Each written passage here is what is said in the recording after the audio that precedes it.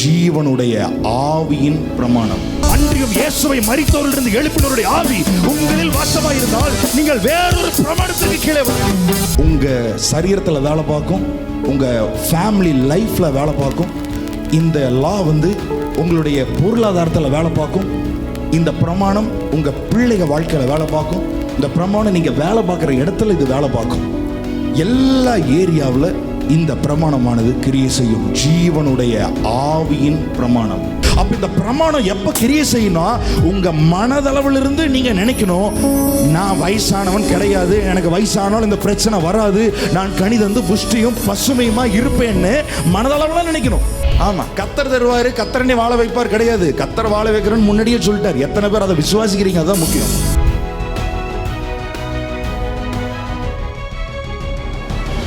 ஆமென். எத்தனை பேர் சந்தோஷமா இருக்கீங்க? ஆமென்.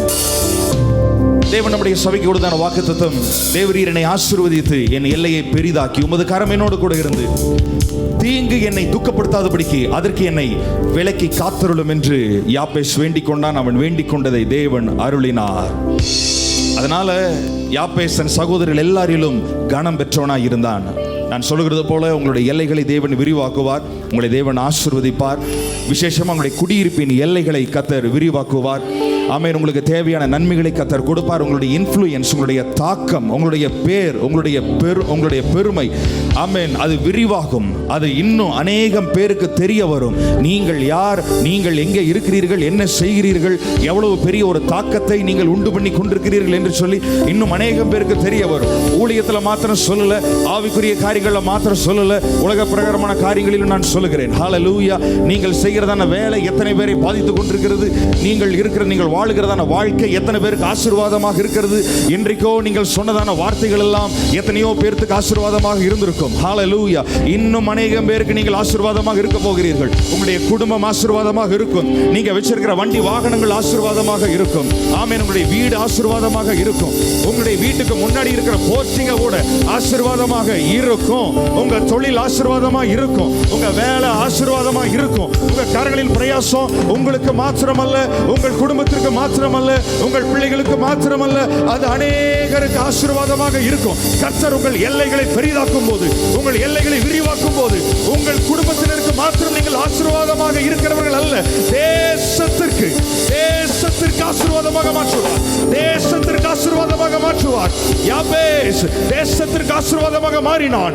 யோசுவா தேசத்திற்கு ஆசீர்வாதமாக மாறினான். ஒரு புதிய எல்லைகளை யோசுவாவுக்கு தேவன் கொடுக்கும் போது, கானானை கர்த்தர் சுதந்தரிக்கும் போது, இன்றைக்கும் இஸ்ரவேல் தேசம் முழு உலகத்திற்கும் ஆசீர்வாதமாக இருந்து கொண்டிருக்கிறது. கர்த்தர் உங்கள் எல்லைகளை பெரிதாக்கும் போது, அது உங்களை ஆசீர்வதிப்பதற்காக மாத்திரமல்ல, உங்களை வைத்து, உங்களை கொண்டு அநேகரை ஆசீர்வதிப்பதற்காக, அநேகரை போஷிக்கும்படியாக.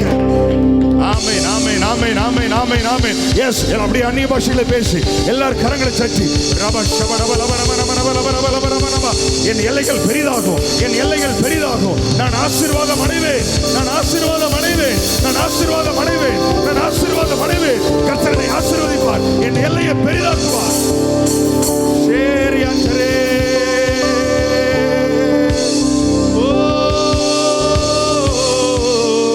பரலோகில் அவர் நாமம், ஆமென், என் பரிகாரியானாரே, ஆமென்.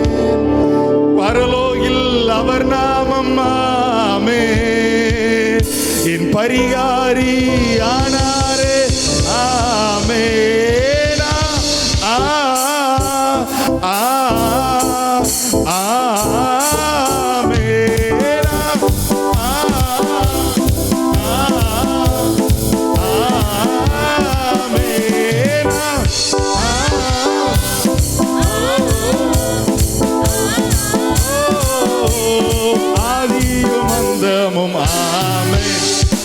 அல்பா ஒமேகாவும், ஆமென், ஆதியும் அந்தமும், ஆமென், அல்பா ஒமேகாவும். பரலோகில் அவர் நாமம், ஆமென், என் பரிகாரியானாரே, ஓ பரலோகில் அவர் நாமம், ஆமென், என் பரிகாரியானாரே, ஆமென்.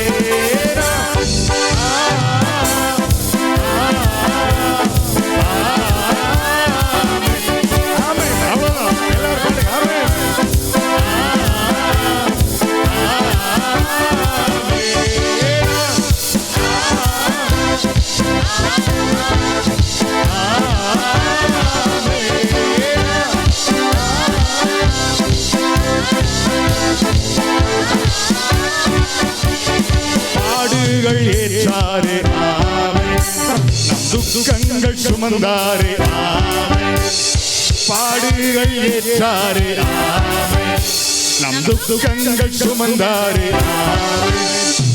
தழும்பாலே குணமானோமாமே, பலவீனம் நமக்கில்லை ஆமே, தழும்பாலே குணமானோமாமே, பலவீனம் நமக்கில்லை ஆமே.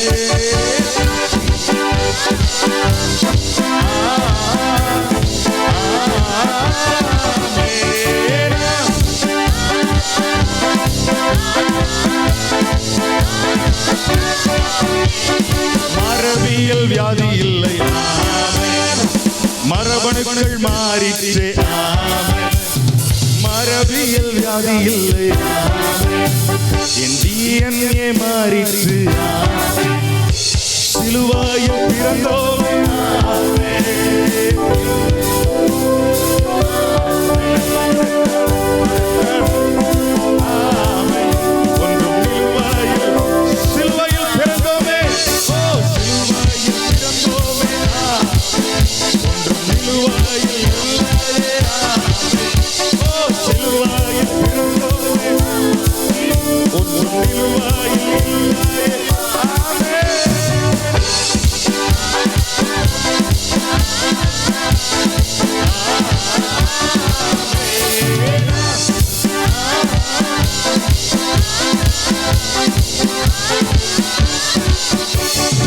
வார்த்தைக்கு அழிவில்லை ஆமென், அது எல்லாமே செயலாகும், அவர் வார்த்தைக்கு அழிவில்லை ஆமென், அது எல்லாமே செயலாகும். வார்த்தை மாம்சமாகிற நாட்களுக்குள்ளாக நாம வந்திருக்கிறோம். வார்த்தை மாம்சமாகிற நாட்களுக்குள்ளாக வந்திருக்கிறோம். இதுவரை நீங்கள் கேட்ட இந்த சபை ஆரம்பிச்சதிலிருந்து நிறைய வார்த்தையை கேட்டுட்டீங்க. ஆனால் அந்த வார்த்தையெல்லாம் கண்களுக்கு முன்னாடி இனிமேல் மாம்சமாக மாறுகிற நாட்கள், மாம்சமாக மாறுகிற நாட்கள். நான் சொல்றேன், வார்த்தையாவே இருக்காது. வார்த்தை ஒரு நாள் கண்டிப்பா மாம்சமா மாறும். ஆதியாகமம் 3:15 ஒருவர் வருவார் என்று பிதா சொன்ன வார்த்தையாவே இல்லை. பல ஆயிரம் வருடங்கள் கழித்து, 6000 வருஷங்கள் கழித்து அந்த வார்த்தை மாம்சமாக மாறினது. அந்த வார்த்தை மாம்சமாக மாறினது. ஆமென், ஆமென், ஆமென். வாக்குத்தத்தங்களாவே இருக்காது. கடன் கொடுப்பான்னு கர்த்தர் சொல்லி இருக்கிறாரா? உன்னை உயர்த்துவேன் கர்த்தர் சொல்லி இருக்கிறாரா?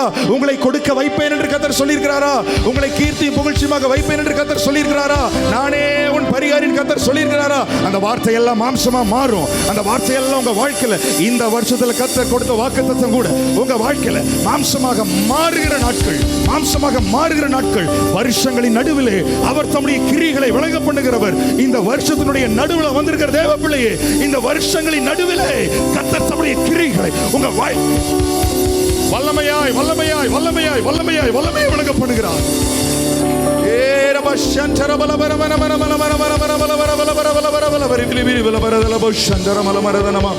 அவர் வார்த்தைக்கு அழிவில்லை ஆமென்.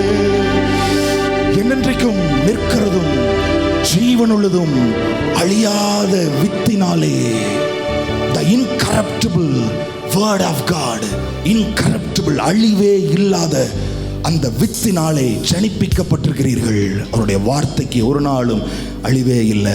ரோமர் 8ஆம் அதிகாரம் 2ஆம் வசனத்தை வாசிப்போம். ரோமர் 8ஆம் அதிகாரம் 2ஆம் வசனம். ஹல்லேலூயா. ரோமர் 8:2. கிறிஸ்து இயேசுவினாலே ஜீவனுடைய ஆவியின் பிரமாணம் என்னை பாவம் மரணம் என்பவைகளின் பிரமாணத்தினின்று விடுதலை ஆக்கி, பாவம் மரணம் என்பவைகளின் பிரமாணத்தினின்று என்னை விடுதலை ஆக்கிற்று. கிறிஸ்து இயேசுவினாலே நான் இந்த பிரமாணத்திலிருந்து விடுதலையானேன். ஸோ போன வாரம் நாம் இதை பார்த்தோம். 2 பிரமாணம் இருக்கு, 2 விதி இருக்கு. ஒன்று பாவம் மரணம் என்பவைகளின் பிரமாணம், இன்னொன்று ஜீவனுடைய ஆவியின் பிரமாணம். பாவம் மரணம் என்ற இந்த பிரமாணத்தை ஆதாம் கொண்டு வந்தான்.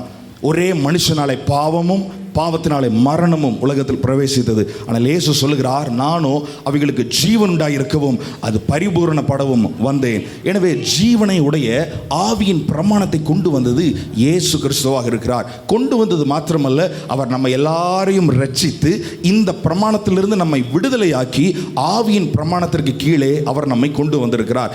ஸோ நம்ம வாழ்க்கையில் இயேசுவை ஏற்றுக்கொண்டவங்களுடைய வாழ்க்கையில் மற்றவர்களுக்கு நடக்கிற மாதிரியே நம்ம வாழ்க்கையில் நடக்க கூடாது. ஏனென்றால் நாம் வேறொரு விதிக்கு கீழாக நாம் இருக்கிறோம். மற்றவர்கள் பார்க்குற மாதிரி நம்ம பார்க்கக்கூடாது. நீங்கள் கீழிருந்து பார்த்தீங்கன்னா ஒரு வியூ கிடைக்கும், ஆனால் ஃப்ளைட்டில் போகிறவங்க வேறொரு வியூ அவங்க பார்ப்பாங்க. அப்போது நம்மெல்லாம் வேறொரு விதியின் கீழாக நம்ம வாழ்ந்து கொண்டிருக்கிறோம். அவ்வளோ வெயிட்டு தான், அவ்வளவு மக்கள் அதுக்குள்ளே இருக்கிறாங்க தான். ஆனாலும் அந்த ஃப்ளைட்டு ஒரு இந்த புவியீர்ப்பு விசை என்ற அந்த விதியையும் தாண்டி வேறொரு விதி, லா ஆஃப் லிஃப்ட் மூலமாக அந்த விமானம் எப்படி மேலே பறக்கிறதோ அவ்வளோ வெயிட் இருந்தாலும் அதே மாதிரி நம்ம வாழ்க்கையில் வயசாக இப்படி தான் ஆகும் அப்படின்னு இந்த உலக பிரகாரமாக பாவம் மரணம் என்பவைகளின் பிரமாணம் இருந்தாலும் நம்முடைய வாழ்க்கை முதிர் வயதிலும் கனிதந்து புஷ்டியும் பசுமையுமாக இருக்கும் என்ற வேறொரு பிரமாணத்திற்கு கீழாக நீங்களும் நானும் வாழ்ந்து கொண்டு இருக்கிறீர்கள். உலகத்தில் எல்லாம் இருந்தால் அப்படியெல்லாம் நம்ம வெற்றியுள்ள வாழ்க்கை வாழ முடியாது, அதெல்லாம் டெய்லியும் கஷ்டம் அப்படின்னு உலகம் நமக்கு சொல்லி கொடுக்கும். அது உலகத்தின் பிரமாணம். ஆனால் கர்த்தர் உங்களை என்னையும் வேறொரு பிரமாணத்திற்கு கீழாக அவர் கொண்டு வந்திருக்கிறார். உங்களுடைய விசுவாசமே உலகத்தையே ஜெயிக்கிற ஜெயமாக இருக்கிறது. இயேசு இந்த உலகத்தில் இந்த ஜீவனுடைய ஆவியின் பிரமாணத்தில் தான் வாழ்ந்து கொண்டிருந்தார். அதனால் மரணம் அவரை ஒன்றும் செய்ய முடியல, வியாதி அவரை ஒன்றும் செய்ய முடியல, பாவம் அவரை ஒன்றும் செய்ய முடியல. ஆமென். அவர் பாவிகளுக்கு நடுவே தான் உலாவிக் கொண்டிருந்தார். ஆனால் அவரை பற்றி அவர் பாவம் செய்து விட்டார் என்ற ஒரு முறை கூட குற்றச்சாட்டு வரவில்லை. வியாதியஸ்தர்களுக்கு நடுவே தான் உலாவினார். ஆனால் அவருடைய சரீரத்தில் 33 வருஷமா ஒரு வியாதி கூட வரல. தரித்திரர்கள் நடுவில் தான் உலாவினார். ஆனால் அவருடைய வாழ்க்கை தரித்திரத்தில் இல்லை. சாவு மரணத்திற்கு நடுவில் தான் உலாவினார். ஆனால் அவர் மரணத்தை ஜெயித்து வந்தார். ஹல்லேலூயா. அதனால நீங்க இவர்களோடு கூட எல்லாம் வாழ்ந்துட்டு இருக்கிறதுனால அவங்களுக்கு வர்றதான் நமக்கும் வரும் அப்படின்னு அவசியம் கிடையாது. நீங்களும் நானும் வேறொரு பிரமாணத்திலே வேறொரு மண்டலத்திலே நீங்களும் நானும் வாழ்ந்து கொண்டிருக்கிறீர்கள். அதற்காக தான் இயேசுவை ஏற்றுக்கொண்டிருக்கிறோம். எப்பொழுது நீங்கள் இயேசுவை ஏற்றுக்கொண்டு ஞானஸ்நானம் எடுத்தீர்களோ அப்பொழுது ஆவியானவர் உங்களை வேறொரு பிரமாணத்திற்கு கீழாக கொண்டு வருகிறார். ஆனால் இது எப்பொழுது செயல்பட ஆரம்பிக்கிறது? இந்த பிரமாணத்திற்கு கீழே நான் இருக்கிறேன் என்று நீங்க விசுவாசிக்கணும். நீங்க நம்பும் பொழுதுதான் அந்த பிரமாணத்திற்கு கீழே நாம் வருகிறோம். அந்த பிரமாணம் நம்ம வாழ்க்கையில செயல்பட ஆரம்பிக்கிறது. ஹல்லேலூயா. Praise God. ஸ்தோத்திரம். அநேக காரியங்களை நம்ம பார்த்தோம் பிரியமானவர்களே. நிறைய throughout the Bible we can read this law, about this law, the law of the spirit of life. இந்த ஜீவனுடைய ஆவியின் பிரமாணம் ஆரம்பத்திலிருந்தே நம்ம இன்றைக்கு சில காரியங்களை நம்ம பார்க்க போகிறோம். ஆனால் இதை புரிஞ்சு கொள்ளுங்க, இப்படி ஒரு பிரமாணம் இருக்கிறதுன்னு சொல்லி நான் உன்னை கேட்குறேன், சொல்லுங்க பார்க்கலாம். இரும்ப தண்ணியில் போட்டால் என்ன ஆகும்? ஏதோ இரும்பு காரியங்கள் எதுவும் தண்ணிக்குள்ளே போட்டால் என்ன ஆகும்? கீழே போயிடும். ஆனால் இரும்பு மிதந்திருக்குது. இரும்பு கத்தி அது வாங்கி மரத்தை வெட்டும்போது அந்த கத்தி கீழே விழுந்துருச்சு. அந்த வாய்க்காலில் கீழே போயிடுச்சு. அந்த ஆற்றுக்குள்ள அது கீழே போயிடுச்சு. அப்போ எலிசா தீர்க்கதரிசிட்ட அவன் கேட்குறான், அந்த கீழே போட்டான். ஆக்சுவலாக அது கடன் வாங்கிட்டு வந்திருக்கிறான் அந்த இரும்பு கத்தியை. ஆண்டவனே நான் இது இரவலாய் வாங்கினது அப்படின்னு சொல்கிறான். அப்படியா அப்படின்னு அது சின்னதாக அது ஒரு கிளையை வெட்டி உள்ளே போட்டான் பாருங்க, மரம் கீழே போயிடுச்சு. அது மேலே மிதக்குது. இரும்பு மேலே மிதக்குது. எப்படிங்க தண்ணியில் இரும்பு எப்படிங்க மிதக்குது அப்படின்னு என்ன அர்த்தம்? ஆண்டவர் என்ன சொல்ல வராரு? நீ வேறொரு பிரமாணத்திலையும் உன்னால் வாழ முடியும் அப்படின்னு சொல்கிறார். வாழ முடியும் அப்படின்றார். சூரியனையும் சந்திரனையும் யாராலையும் நிறுத்தவே முடியாது. அப்படி நிறுத்தினா பயங்கரமான ஒரு கேயஸ், பயங்கரமான ஒரு குழப்பம் உண்டாகும். குழப்பம்னா சாதாரண குழப்பம் கிடையாது, செத்தே போயிடும், அது வேறு விஷயம். ஆனால் ஒரு பகல் முழுவதும் சூரியன் கிபியோனின் மேலே இவர்கள் யுத்தம் செய்து கொண்டிருக்கும் பொழுது, கிபியோனியர்கள் மேலே யுத்தம் செய்து கொண்டிருக்கும் பொழுது சூரியன் ஒரு பகல் முழுவதும் ஏறக்குறைய 6 மணி நேரத்துக்கு மேலே ஒரு பகல் முழுவதும் அப்படியே அங்கே சூரியன் நிற்கிறது. ரொட்டேட் ஆகாம அப்படியே நிற்குது. பூமியும் சுத்தல, சூரியனும் சுத்தல. 2 சுத்தம் இருந்தால் தான் அங்கே நிற்கும். ஆமாம். அது சுற்றி இது சுற்றினாலும் வம்பு, இது சுற்றி அது சுற்றினாலும் வம்பு, மறைஞ்சிடும். ஏன்னா சத்துருக்கள் மேலே இப்போ ஜெயம் எடுக்கிற நேரம். ஜெயம் எடுக்கிற நேரத்தில் சூரியன் அஸ்தமிக்குது, மறையுது. சாயங்கால நேரத்தில் யுத்தம் செய்ய முடியாது. அதனால இவர் என்ன பண்றாருன்னா கட்டளையிடுறாரு, அந்த சூரியன் நீ அங்கே நில் அப்படின்றாரு. சந்திரன் இந்த பக்கம் திரும்பி பார்த்தது அங்கே நில் அப்படின்றாரு. இயற்கை விதிகளையும் பிரமாணத்தையும் மீறி அந்த ரெண்டும் அதே இடத்துல அப்படியே நிற்கிறது. அப்படின்னா கர்த்தர் ஒன்றை காண்பிக்க விரும்புறாரு. உனக்குள்ள வேலை செய்கிற பிரமாணம், நீ எந்த பிரமாணத்திற்கு கீழே இருக்கிறையோ அந்த பிரமாணம், அந்த விதிதான் எல்லா இயற்கை பிரமாணங்களுக்கும், பாவம் மரணம் என்ற பிரமாணங்களுக்கும் மேலான. ஆமென், ஆமென், ஆமென், ஆமென், ஆமென், ஆமென். என் வாழ்க்கையில வேலை செய்கிற விதி வேற மாதிரி ஒரு விதி, வேற மாதிரி ஒரு பிரமாணத்திற்கு கீழே நான் வாழ்ந்து கொண்டிருக்கிறேன். ஹல்லேலூயா. இந்த பிரமாணத்தினால சூரியனை கூட நிறுத்த முடியும், சந்திரனை கூட நிறுத்த முடியும். அப்படின்னு என்ன அர்த்தம்? உங்க வாழ்க்கையில சில காரியங்களை உங்களால ஸ்டாப் பண்ண முடியும், நிறுத்த முடியும் உங்களால. ஆமென். இம்மட்டும் வா, மிஞ்சி வராது. ஆமென். இது வரைக்கும் எனக்கு இருமல் எடுத்துட்டு இருந்துச்சு, இதற்கு மேலே இது வரக்கூடாது அப்படின்னு சில நோய்களை, சில பலவீனங்களை உங்களுடைய சரீரத்தில் பெருகி கொண்டிருக்கிற அந்த கெட்ட செல்களை அப்படியே உங்களால் ஸ்டாப் பண்ணி நிறுத்த முடியும். அந்த பிரமாணம் தான் நமக்குள்ளே வேலை பார்த்து கொண்டிருக்கிறது. 4 நாள் ஆச்சு லாசருவை கொண்டு போய் உள்ள வச்சு. ஆனா இயேசு என்ன பண்ணார்னா, இருந்த இடத்துலயே அவன் சரீரம் அழுகாம அந்த செல்களுக்கெல்லாம் கட்டளிட்டு அப்படியே ஸ்டாப் பண்ணி வச்சிருந்தார். நான் வருவேன், நான் சொல்லுவேன், அப்படியே எழுந்து உயிரோட வந்துடணும். ஆக்சுவலா 4வது நாளில் அவங்க சொன்ன மாதிரி அது நாரி இருக்க வேண்டும். 4 நாள் ஆயிற்றே, இது நாருமே, இப்போ சரீரமெல்லாம் அழுகிருமே. ஆனா அழுகல, ஏன்னா வேறொரு பிரமாணத்தில் அவர் வாழ்ந்ததுனால அந்த அழுகிற சரீரத்தை அழுகாத என்று அப்படியே நிறுத்தினார். ஆமென். சில காரியங்களை உங்களால என்னால நிறுத்த முடியும். ஆமென். இதெல்லாம் நீங்க விசுவாசிக்கணும், நம்பணும். நம்ம சாதாரணமானவர்கள் அல்ல, தேவனாலே பிறந்தவர்கள், வார்த்தையினாலே பிறந்தவர்கள். சில காரியங்களை ஆரம்பிக்க முடியும், சில காரியங்களை நிறுத்த முடியும். ஹல்லேலூயா. மரணமும் ஜீவனும் நம்முடைய நாவின் அதிகாரத்தில் இருக்கிறது. இயேசு ரெண்டுமே காண்பிச்சாரு. ஆசீர்வதிக்கிறதும் எப்படி காண்பிச்சாரு, அத்தி மரத்தை பார்த்து சபிக்கிறதும் எப்படி அப்படின்னு காமிச்சாரு. ரெண்டுமே வேலை செய்யும். எதெல்லாம் உங்க வாழ்க்கையில பட்டு போகணுமோ அதை பார்த்தெல்லாம் இன்னைக்கு பட்டு போ அப்படின்னு பேசணும். எதெல்லாம் உங்க வாழ்க்கையில நல்லா இருக்கணும்னு நினைக்கிறீங்களோ அதெல்லாம் நல்லா இருக்கணும், அதெல்லாம் ஆசீர்வாதமா இருக்கணும்னு சொல்லி பேசணும், வாயில பேசணும். இப்ப பிரச்சனை என்னன்னா, நம்ம வாயை திறந்தாலே ப்ராப்ளம் தான் வருது, பிரச்சனைகளை தான் நம்ம பேசுறோம். பிரச்சனை நான் சொல்றேன், இன்னைக்கு என்னுடைய செய்தியினுடைய இந்த முழு சாரம்சமே இதுதான். நீங்க பிரச்சனைகளை பேசுனீங்கன்னா இந்த லா வேலை செய்யாது. காரணம் கண்டிப்பா என்ன செய்யாது, வேலை செய்யாது. ஆனா எப்போ தலைக்கு மேல பிரச்சனை இருந்தாலும் கஷ்டப்பட்ட விசுவாசத்துல தேவன் மேல நம்பிக்கை வச்சு ஒரு விசுவாசமான வார்த்தை நீங்க பேசுறீங்களோ, மார்க் 5ஆம் அதிகாரத்துல பெரும்பாலும் ஸ்ரீ அநேக வைத்தியர்களால் அதிக வருத்தப்பட்டு வாசிக்கிறோம். அவருக்கு முன்னாடி கூட கொஞ்சம் தான் வருத்தப்பட்டு இருந்தான், ஆனா டாக்டர்ஸ் கிட்ட நிறைய போய் அதிகமா வருத்தம் வந்துருச்சு. அநேக வைத்தியர்களால் அதிக வருத்தப்பட்டு சற்றாகிலும் குணமடையாமல் தன் சொத்துக்களை எல்லாம் வித்து செலவழிச்சு பார்த்து சற்றாகிலும் குணமடையல. அப்படின்னா சரீரத்துல ஆரோக்கியம் ஜீரோ, மனதளவுல எந்த ஒரு நம்பிக்கையும் கிடையாது. ஏன்னா இத்தனை வைத்தியர்களையும் பார்த்து குணமாகல, ஜீரோ, சொத்துவும் ஜீரோ ஆயிடுச்சு. இந்த சமயத்துல 12 வருஷமா உதரம் போயிட்டு இருக்கிற ஒரு அம்மா, அவங்க கஷ்டப்பட்டு இயேசுவை குறித்து கேள்விப்பட்ட உடனே விசுவாசத்தை வர வச்சுட்டு சொல்றாங்க, நான் அவருடைய வஸ்திரங்களை ஆகியும் தொட்டால் நான் சொஸ்தமாவேன் என்று. ஜனக்கூட்டம் இருக்குதுதான், ஆனா she was pressing through the crowd and she touched the hem of the garment of Jesus.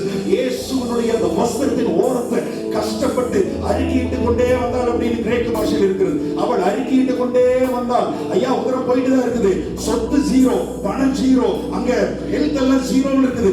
ஆனாலும் கஷ்டப்பட்டு நான் சொஸ்தமாவேன், நான் சொஸ்தமாவேன், நான் சொஸ்தமாவேன் சொல்ல சொல்ல சொல்ல சொல்ல சொல்ல சொல்லிட்டே வந்து இயேசுவை சொத்தா அவள் மேல வேறொரு பிரமாணம் கிரியேசி ஆரம்பிச்சது. 12 வருஷமா எந்த டாக்டர்களாலே சுகப்படுத்த முடியாது. தேவன் ஒரு தொழிற்படுதலை என்னிலிருந்து வல்லமை புறப்பட்டதை நான் அறிந்திருக்கிறேன். ஆமென், ஆமென். டாக்டர்னால முடியாது, டாக்டர்கள் நல்லவர்கள், அவளை நாம மதிக்கிறோம். ஆமென், ஹல்லேலூயா. அவளை நாம மதிக்கிறோம், இல்லைன்னு சொல்லுங்க. என் பையன் டாக்டர் படிச்சாலும் முடிப்பான், ஆமென் சொல்ல முடியாது. டாக்டர்ல வேண்டாம்னு சொல்லுங்க, அவங்கள இருக்கிறது நல்லது. ஆமென், ஹல்லேலூயா. ஆனா உங்களுக்கு எனக்கும் எதுக்கு டாக்டர் அப்படின்னா, ஸ்கேன் பண்ணி அங்க கட்டி இல்லைன்னு சொல்றதுக்கு ஒருத்தர் வேணும். அது சும்மா வேற ஒருத்தர் சொல்ல முடியாது. அது டாக்டர் சொன்னாதான் அது ஆத்தென்டிக் ரிப்போர்ட்டா இருக்கும். ஆமென். அதனால தான் நமக்கு உங்களுக்கு எனக்கு யார் வேணும், டாக்டர் வேணும். உங்களுக்கு எனக்கும் டாக்டர் சுகப்படுத்துறதுக்கு இல்லை, சுகமாயிட்டீங்கன்னு சொல்றதுக்கு. ஆமென். கட்டின்னு வந்தீங்க, ஆனால் நான் ஸ்கேன் பண்ணி பார்த்தா அங்கே என்ன இல்லை, கட்டி இல்லைன்னு சொல்றதுக்கு அவர் வேணும். ஏன்னா அவருடைய ரிப்போர்ட் தான் உண்மையான ஒரிஜினல் ரிப்போர்ட் இந்த உலகம் ஏற்றுக்கும். ஹல்லேலூயா, ஹல்லேலூயா, ஹல்லேலூயா. ஏனென்றால் நீங்களும் நானும் வேறொரு பிரமாணம். அதனால நான் என்ன சொல்றேன்னா, டாக்டரால அதை சுகமாக்க முடியாதுன்னா அது யாராலையும் சுகமாக்க முடியாதுன்னு அர்த்தம் கிடையாது. நான் நம்பி இருக்கிற இயேசுவால எல்லாம், மனுஷரால் கூடாததுதான் தேவனால் கூடாததல்ல. தேவனால் எல்லாம் எல்லாம் எல்லாம் எல்லாம் எல்லாம் எல்லாம் கூடும். காலையில இருந்து கால் வரைக்கும் என்ன வியாதி இருந்தாலும் முடியும். ஏங்க இதெல்லாம் மாற்றுவாரா? அதெல்லாம் மாற்றுவார். He is God. எத்தனை பேர் இந்த ஆண்டவர் மேல நீங்க நம்பிக்கை வச்சு சொல்ல போறீங்க? ஹல்லேலூயா.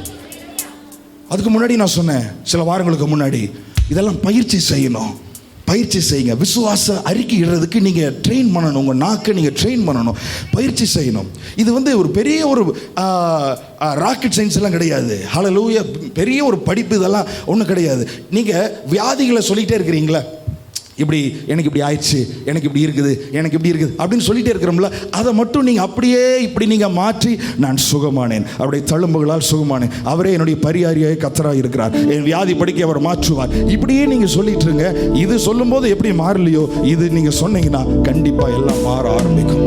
ஸோ இந்த பிரமாணத்தை உங்கள் வாழ்க்கையில் கொண்டு வருகிறது உங்கள் விசுவாசத்தின் அறிக்கை, உங்கள் விசுவாச அறிக்கை. சரி, இப்போ 11ஆம் வசனத்தை வாசிப்போம்.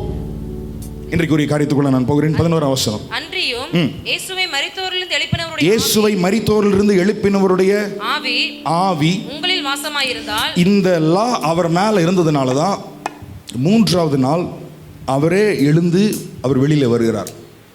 ஆமென். பிதாவாகிய தேவன் தான் அவர் எழுப்பினார். கல்லறைக்கு வெளியில் நின்றுட்டு யார் இயேசுவே வாங்க அப்படின்னு சொல்லலை.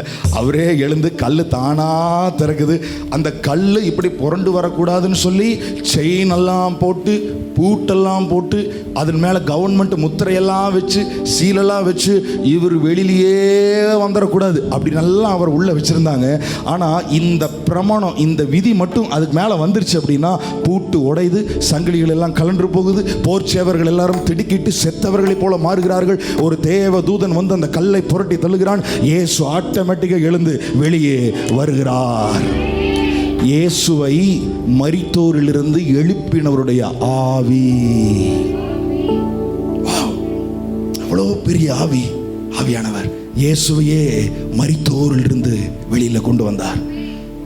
அந்த ஆவி உங்களில், ஒவ்வொரு வார்த்தையும் பெரிய பெரிய வெடிமாரி உங்களில் வாசமாய் இருந்தால் சாவுக்கேதுவான உங்கள் சரீரங்களையும் அவர் உயிர்ப்பிப்பார். இந்த லா எப்படி உங்க சரீரத்தில் ஆக்ட் ஆகுது அப்படின்னு தான் இன்றைக்கு சில எடுத்துக்காட்டுகளை மட்டும் நம்ம பார்த்து நம்ம கடந்து சொல்ல போகிறோம். ஹல்லேலூயா. ஆமென். இந்த பிரமாணம் உங்க சரீரத்தில் வேலை பார்க்கும், உங்க ஃபேமிலி லைஃப்ல வேலை பார்க்கும். இந்த லா வந்து உங்களுடைய பொருளாதாரத்தில் வேலை பார்க்கும். இந்த பிரமாணம் உங்கள் பிள்ளைங்க வாழ்க்கையில் வேலை பார்க்கும். இந்த பிரமாணம் நீங்கள் வேலை பார்க்குற இடத்துல இது வேலை பார்க்கும். எல்லா ஏரியாவில் இந்த பிரமாணமானது கிரியை செய்யும். ஜீவனுடைய ஆவியின் பிரமாணம். சொல்லுவோமா? ஆவியின் பிரமாணம். சத்தமாக சொல்லுவோம். ஆவியின் பிரமாணம். ஆவியின் பிரமாணம். இப்போ நம்மள எந்த பிரமாணத்திற்கு கீழே இருக்கிறோம்? ஆவியின் பிரமாணம். ஆவியின் பிரமாணம். கேட்கும்போதே விசுவாசத்தோடு நீங்கள் கேட்டுறணும். ஆமென். ஆமாம். நம்ம என்ன நினைப்போம் பொதுவாக, எப்போ இதெல்லாம் முடியும், எப்போ நம்ம இவர்கிட்ட போய் நம்ம தலையை கொடுத்து எப்போ நம்ம ஜோம் பண்ணுறது அப்படின்னு நம்ம நினைப்போம். வர்றது தப்புன்னு சொல்லலை, ஆனால் வளரணும். நம்ம அங்கே போய் அவர்கிட்ட இந்த பிரச்சனையை சொல்லி நம்ம தலை மேலே அவங்க கை வச்சு ஜோம் பண்ணால் தான் எனக்கு சுகம் கிடைக்கும் அப்படின்னு நினச்சிட்டு யாரும் உட்காந்துட்டு இருக்கக்கூடாது. வசனத்தை கேட்டுக்கொண்டிருக்கும் பொழுதே ஆண்டவர் சுகப்படுத்துவார். வசனத்தை கேட்டு கொண்டிருக்கும் பொழுதே உங்களுடைய ப்ராப்ளமை எல்லாம் கத்தர் மாற்றி கொண்டு இருப்பார். யார் யார்கிட்ட என்னென்ன பேசணுமோ அதெல்லாம் கத்தர் பேசிக்கொண்டே இருப்பார். நான் சொல்கிறேன், பேதுருனுடைய படகுல இயேசு ஏறி பிரசங்கம் பண்ணும்போது அங்கே மீனை ஆயத்தம் பண்ணி வச்சுட்டு தான் சொல்கிறாரு, நீ இப்போ போய் வலது பக்கம் போட, அதெல்லாம் ரெடியாக இருக்குது அப்படின்றார். அதனால் நீங்கள் இங்கே வசனத்தை கேட்கும்போது காளி வலையை பார்த்துட்டு இருக்கக்கூடாது. நீங்கள் வசனத்தை கேட்க கேட்க உங்களுக்காக மீன்களை, ஆசீர்வாதங்களை ஆயத்தம் பண்ணி வைக்கிறார். உங்கள் பார்வைக்கு காளி வலை அதுதான் தெரியும், அந்த வலையில் எல்லாம் அழுக்கு அதெல்லாம் தான் தெரியும். ஆனால் வார்த்தையை கேட்டுக்கொண்டிருக்கிற ஒவ்வொருவருக்காகவும் தேவன் நடுக்கடலிலே வலது புறத்திலே ஆண்டவர் ஆசீர்வாதமான காரியங்களை ஆயத்தம் பண்ணி வைத்திருக்கிறார். வார்த்தையை கேட்டுட்டு படகை தள்ளிட்டு, வாழ்க்கையை தள்ளிட்டு போங்க. ஆசீர்வாதங்களை பெற்றுக்கொள்ள ஆரம்பிப்பீர்கள். ஆசீர்வாதங்களை பெற்றுக்கொள்ள ஆரம்பிப்பீர்கள். ஹல்லேலூயா. ஆமாம், ஒவ்வொரு முறையும் இப்போ இங்கே வரும்போதெல்லாம் நல்லா தான் இருக்கும். ஆனால் ஆராதனை முடிச்சுட்டு போகும்போது என்னமோ நடுக்கடலுக்கு போகிற மாதிரி தான் போகிறோம். அடுத்தது என்னடா நடக்கும், இந்த வாரத்தில் என்னடா நடக்கும். நான் சொல்கிறேன், நடுக்கடலுக்கு போங்க. இந்த வாரத்தில் ஒரு பெரிய this is the week of miracle for you, week of miracle for you. Amen amen சொன்ன அந்த 4 பேர்த்துக்கு மட்டும் இயேசுவின் நாமத்தில் amen. Praise God. Hallelujah hallelujah hallelujah. So இயேசுவை மரித்தோரிலிருந்து எழுப்பினவருடைய ஆவி உங்களில் வாசமாயிருந்தால் சாவுக்கு ஏதுவான, அப்படின்னா உங்க சரீரத்தில் வர்ற ஒவ்வொரு வியாதியுமே உங்களை எதுக்கு நேராக கூட்டிட்டு போகுது? சாவுக்கு நேராக தான் கூட்டிட்டு போகுது. இப்போ பர்த்டேன்னு கொண்டாடுறோம். அந்த பர்த்டே வந்து எல்லாரும் பிறந்த நாள் சந்தோஷமாக கொண்டாடுறோம். ஆனால் நான் இந்த போஸ்ட் நான் படித்தேன்.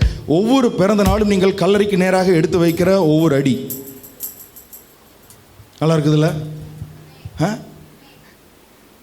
ஒவ்வொரு பிறந்த நாளும் கல்லறைக்கு நேராக நீங்கள் எடுத்து வைக்கிற ஒவ்வொரு அடி. ஆனால் வசனம் அப்படியே மாற்றி சொல்லுது. இந்த பிரமாணம் அப்படியே நம்மளை மாற்றுது பாருங்க. சாவுக்கு ஏதுவாக போயிட்டு இருக்கிற உன் சரீரத்தையே இந்த ஆவி, இந்த பிரமாணம், ஆவின் பிரமாணம் உங்களை உயிர்ப்பிக்கும் அப்படின்றார். அப்படின்னு என்ன அர்த்தம் சொல்கிறேன் பாருங்க. நீங்கள் ரிவர்ஸில் வருவீங்க. உங்களுடைய ஏஜ் என்ன ஆகும்னா ரிவர்ஸ் ஆகும். நீங்கள் இப்படி வருவீங்க. ஏன்னா சாவுக்கு ஏதுவாக போயிட்டு இருக்கிற சரீரத்தை இவர் என்ன பண்ணுறாரு?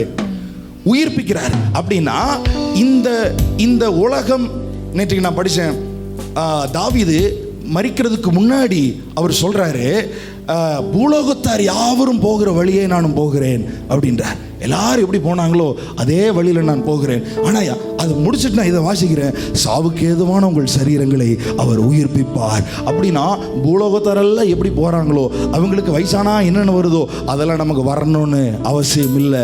இந்த சாவுக்கு ஏதுவான இதே சரீரத்தை அவரால் உயிர்ப்பிக்க முடியும்.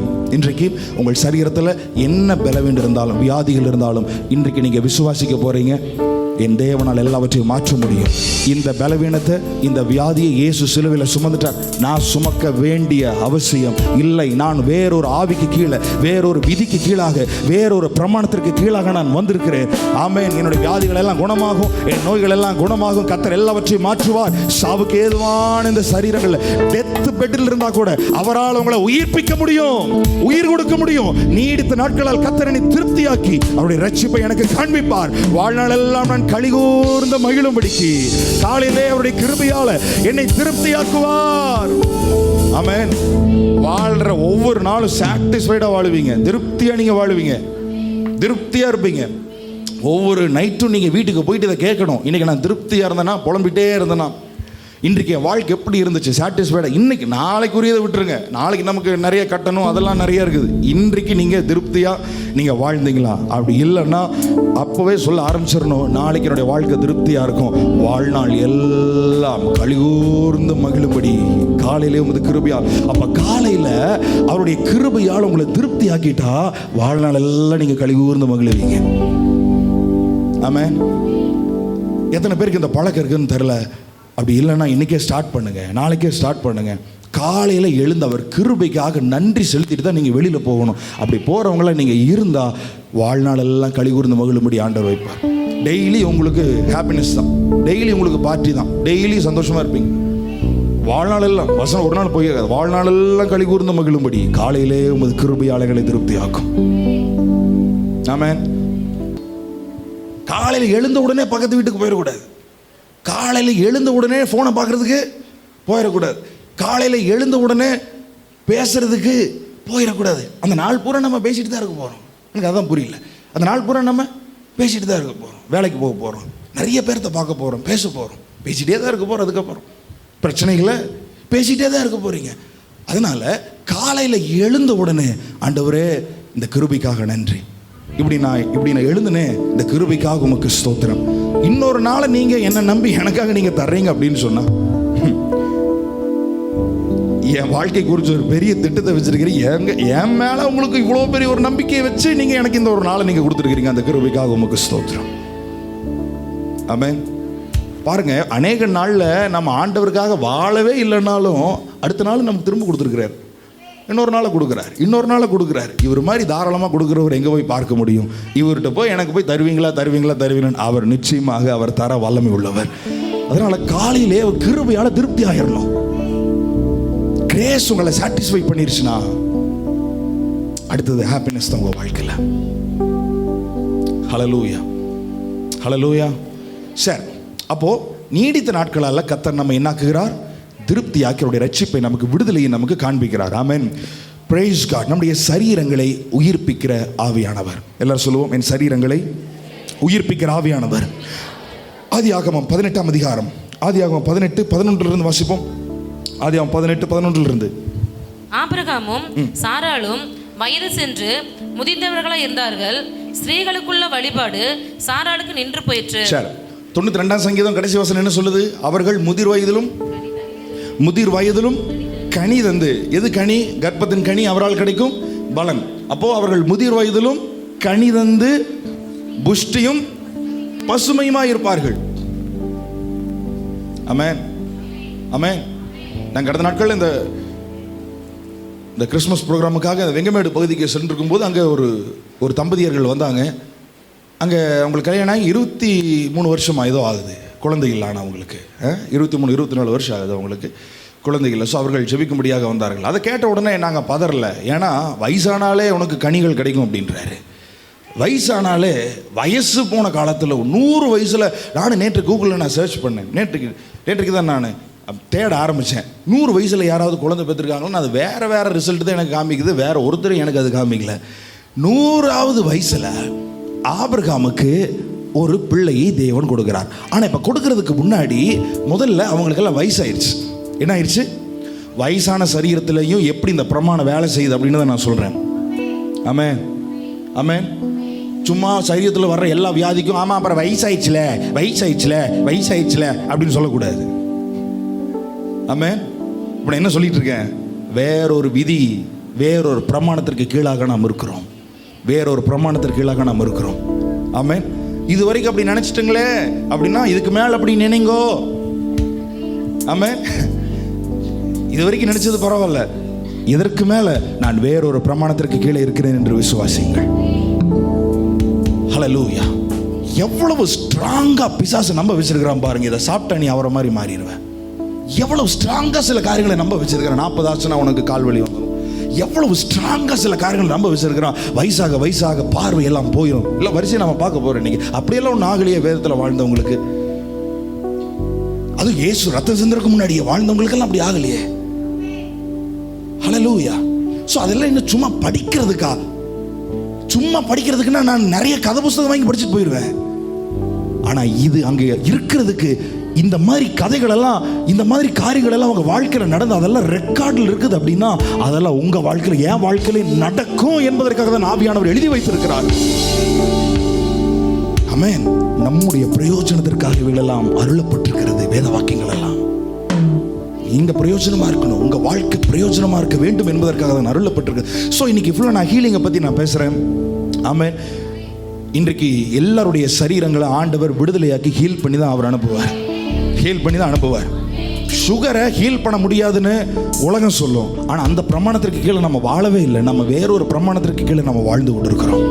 டயபெட்டிஸை ஹீல் பண்ண முடியுமா? கடந்த நாட்கள் சில இடத்துல என்ன பேசிக்கொண்டிருந்தேன். அவங்க சொல்கிறாங்க டயபெட்டிஸ் மட்டும் வந்துருச்சுனாங்க அப்புறம் அவ்வளோதாங்க, அதை வச்சு ஹாஸ்பிட்டல் பணம் மாத்துறாங்க. அது வேணா உண்மை. தாத்தா அடிக்கடி சொல்லுவார், அவருக்கும் அந்த பிரச்சனை இருந்துச்சு. அவர் அடிக்கடி சொல்லுவார், அவர் போகாத ஹாஸ்பிட்டல் கிடையாது. காலையில் 3:30 மணிக்கு எழுந்து அவர் ரெடி ஆகி அந்த காலத்திலேயே முன்னாடி அவர் காரெல்லாம் வாங்கிறதுக்கு முன்னாடி அப்போ இருந்து அவருக்கு சுகரு. கோயம்புத்தூரில் யாரோ மருந்து கொடுக்குறாங்க அப்படின்னு சொல்லி நியூஸ் பேப்பர் போடுற ஒரு காரு, அம்பாசிடர் காரு, அது சத்தியமங்கலத்திலிருந்து அது அந்த சாரி எங்கே இருந்து நம்பியூர்லேருந்து ஏதோ வரும்னு சொல்லுவார். அந்த பேப்பர் போடுற காரில் இவருக்கு 7 மணிக்கு ஏறிடணும், 6 மணிக்கு ஏறிடணும். அது ஏறி அது அப்புறம் இங்கே கோயம்புத்தூர் ஓடுறது, அதில் அவர் ஏறி இப்படி டெய்லி 1 மாதம் வந்துட்டு போயிட்டு இருந்தார். அவன் சொல்லியிருக்கிறான், இந்த மருந்து இத்தினோண்டு தான் மருந்து, அந்த மருந்து எத்தனையோ 1000 அன்றைக்கு, அதை வாங்கி இதை ஃப்ரிட்ஜில் வைக்கணும், அப்போ தான் அது வேலை செய்யும். அப்போ ஃப்ரிட்ஜ் இல்லை வீட்டில். அவர் சொல்லுவார், 400 ரூபா மருந்து வைக்கிறதுக்காக 4000 ரூபாய்க்கு நான் அப்புறம் ஃப்ரிட்ஜ் வாங்கினேன் அப்படின்னாரு.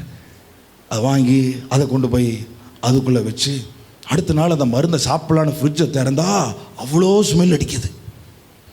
இதை இனி சாப்பிட்ணும், வேற இந்த மருந்தை இனி சாப்பிட்ணும். இன்னொருத்தர் சொல்லியிருக்கிறாரு, எக்ஸசைஸு நாங்கள் உங்களுக்கு சில அந்த குறிப்பிட்ட எக்ஸசைஸ் நாங்கள் சொல்லிக் கொடுப்போம், அதை நீங்கள் செஞ்சீங்கன்னா சுகர் கோபிலேயே அதுக்கு எல்லாரும் எல்லாம் டிஷர்ட்டு ட்ரௌசர் எல்லாம் மாட்டிட்டு அந்த சாக்ஸ் எல்லாம் போட்டுட்டு அங்கே போனால் அவர் எக்ஸசைஸ் சொல்லி கொடுத்துருக்கிறார். 2-3 எக்ஸசைஸ் செஞ்சுருக்கிறார். 4வது எக்ஸசைஸு எல்லாம் கீழே படுத்து கொஞ்ச நேரம் ஒரு 2 நிமிஷம் அப்படியே கீழே படுத்துட்டு இருக்கணும் அப்படின்னு சொல்லிட்டு 2 நிமிஷம் கழிச்சு எந்திரிங்கன்னு சொல்லியிருக்கிறார். இவர் எந்திரிக்கல, கொரட்டி சத்தம் வந்துருச்சு, பயங்கரமாக கொரட்டி விடுறார்.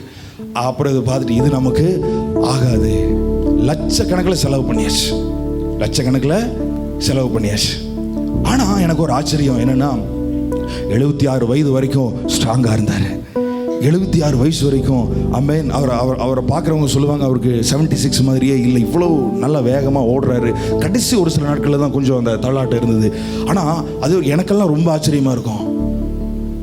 4:30 மணிக்கு நான் மேலே இருப்பேன், கல்யாணம் ஆகிறதுக்கு முன்னாடி கூட 4:30 மணிக்கு ஃபோன் பண்ணிடுவார், சாம் ரெடி ஆயிரு போயிடலாம். பைக்கில் அவர் முதல்ல என்னை பைக்கில் வச்சு கூட்டிகிட்டு போயிட்டு இருந்தார், நான் 10th படிக்கும்போது. அப்புறம் அதுக்கப்புறம் அவரால் முடியல, அதுக்கப்புறம் நான் தான் அவரை வச்சு கூட்டிகிட்டு போயிட்டு இருந்தேன்.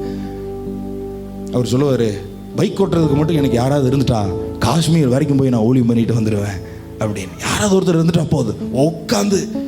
நாங்கள்லாம் இப்போ காரில் வரோம், ஆனால் அவர் ஃபுல்லாக பைக்கில் தான் போனார். அதுக்கு முன்னாடி சைக்கிள் எல்லாம் வந்து தான் இங்கெல்லாம் ஊழியம் பண்ணியிருக்காங்க சென்னிமலையில். அதனுடைய விதைகள் எல்லாம் தான் நீங்களும் அறுவடை தான் நீங்களும். ஸோ கூப்பிட்டுருவாரு 5 மணிக்கு போயிட்டு எல்லா கிராமங்களையும் பார்த்துட்டு, ஆமேன், எல்லாம் புதுசாக யாராவது வந்திருப்பாங்க, அவங்களுக்கு ஞானஸ்தானத்துக்கு எல்லாம் ரெடி பண்ணிட்டு எல்லாம் சொல்லிட்டு அப்படியே வரும். அந்த வயசுலேயும் அப்படி இருந்தார். நான் என்ன சொல்ல வரேன்னா, உலகம் ஒன்று உங்களுக்கு சொல்லி வச்சுருந்ததுன்னா அதுதான் தெய்வ வாக்கு அப்படின்னு நம்பிட்டு இருக்காதீங்க. தெய்வ வாக்கு என்னன்னு பாருங்க ஃபர்ஸ்ட். ஆமேன். ஆண்டவர் முதல்ல என்ன நமக்கு சொல்லி இருக்கிறார். ஹல்லேலூயா, ஹல்லேலூயா, பிரைஸ் காட். ஆமாம், இப்படி சொல்லும்போது தூங்கிட்டு அப்புறம் கடைசியில் இங்கே வந்து இது வலிக்குது அப்படின்னு சொல்லக்கூடாது. ஆமேன். வார்த்தை வரும்போதே ஆமேன் அப்படின்னு சொல்லிட்டு ரிசீவ் பண்ணணும். ஒரு முடிவு எடுக்கணும், நான் இனிமேல் அதை நம்ப போகிறது கிடையாது. டாக்டர் சொல்கிறத நான் இனிமேல் நம்ப போகிறது இல்லை, உலகம் சொல்கிறத நான் நம்ப போகிறது இல்லை. அப்போ எதை நான் நம்புகிறேன்? தேவனுடைய வாக்கு தத்தங்களை குறித்து அவன் அவிசுவாசமாய் சந்தேகப்படாமல். சரி, முதிர் வயதிலும் கனி தந்து புஷ்டியும் பசுமையுமாக இருப்பார்கள். அடுத்து என்ன நடக்குது இப்போ? ஆதியாகமம் 18:11 வசனத்திலிருந்து ஆபிரகாமும் சாராளும் வயது சென்று முதிர்ந்தவர்களாய் இருந்தார்கள். வயது சென்று முதிர்ந்தவர்களாய் இருந்தார்கள். அப்புறம் ஸ்திரீகளுக்குள்ள வழிபாடு சாராளுக்கு நின்று போயிற்று. அப்படின்னா என்னன்னு உங்களுக்கு தெரியும். ஸ்திரீகளுக்குள்ள வழிபாடு சாராளுக்கு ஸ்டாப் ஆயிடுச்சு. அப்படின்னா குழந்தை பிறக்கிறதுக்கான சான்ஸே இனி கிடையாது. மார்க் 5 அந்த அம்மாக்கு போயிட்டே இருக்குது, இவங்களுக்கு என்ன ஆயிடுச்சு? ஸ்டாப் ஆயிடுச்சு. ஹல்லேலூயா. சோ சான்ஸே இல்லை. சொல்லுங்க, சான்ஸே இல்லை.